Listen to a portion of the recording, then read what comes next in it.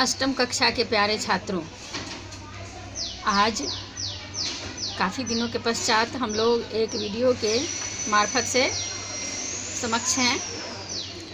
15वां पाठ आज हम लोग पढ़ेंगे, उपवास शीर्षक, जिसके रचनाकार हैं मोहनदास करमचंद गांधी।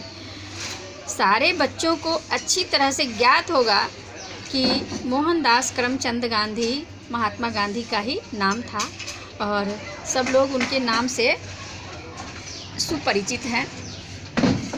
उनके जीवन की जो बारीकियां थी, उनके जीवन की जो अच्छाइयां थी, अपने जीवन में जो उन्होंने अच्छे कर्म किए थे, उनकी दिनचर्या की जो विशेषता थी, लगभग अंशों में इस पाठ में भी वर्णित किया गया है। लेखक अपने उन दिनों की बातों को हम लोगों के समक्ष रखे हैं जब वह आश्रम में रहा करते थे और वहाँ उनके जो अनुचर हुआ करते थे, अनुयायी हुआ करते थे, उनको आदर सम्मान देने वाले जो व्यक्ति हुआ करते थे, कैसे उनका सहयोग किया करते थे और कैसे उनके सहयोग से ही गांधी जी अपनी दिनचर्या को सुव्यवस्थित करने में रहा करते थे। जैसा कि उपवास शीर्षक है, उपवास, उप मतलब हो गया, यहाँ उपवास का मतलब हो गया कि कहीं और वास करना। तो उपवास हम लोग जिसको फास्टिंग कहते हैं उससे लेते हैं, लेकिन बच्चों उसमें हमारी मनोभूमि कहाँ होती है और मानसिक रूप से कहाँ होते हैं, यह अधिक महत्वपूर्ण होता है।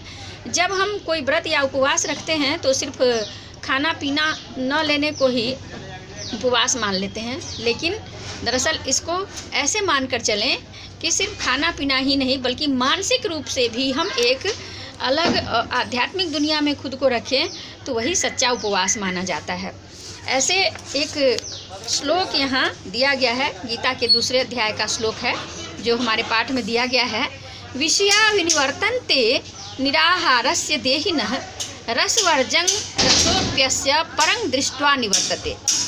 बच्चों, यह कहा गया, इसके माध्यम से इसका अर्थ यह बताया गया कि यदि उपवास साधन के रूप में हो, संयमी व्यक्ति के लिए जो उपवास करता है उसके लिए, तो यह सब कुछ नहीं है। और शरीर के साथ अगर हमारे मन का उपवास नहीं होता है तो उसका जो परिणाम होता है, उसकी जो परिणति होती है, वो दंभ अर्थात अहंकार में ही हो जाता है।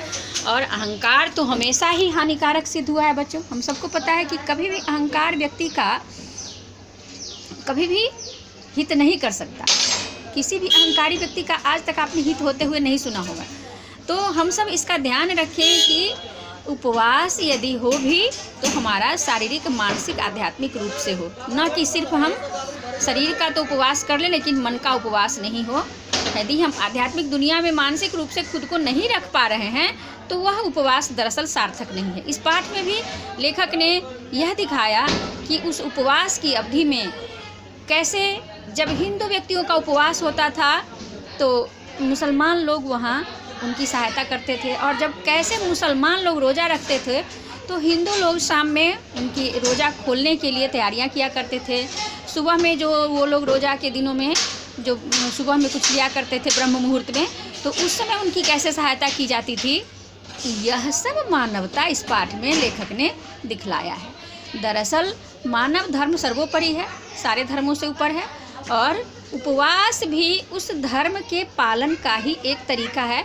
हम आप या दुनिया के जितने भी सहृदय व्यक्ति हैं, जिनके हृदय में लोगों के लिए संवेदना है, वो अच्छी भावना रखते हैं, उनकी दरअसल यही मानसिक स्थिति होती है कि वह लोगों के मन को छुए और एक दूसरे के लिए हमेशा सहयोग करने को तत्पर रहें।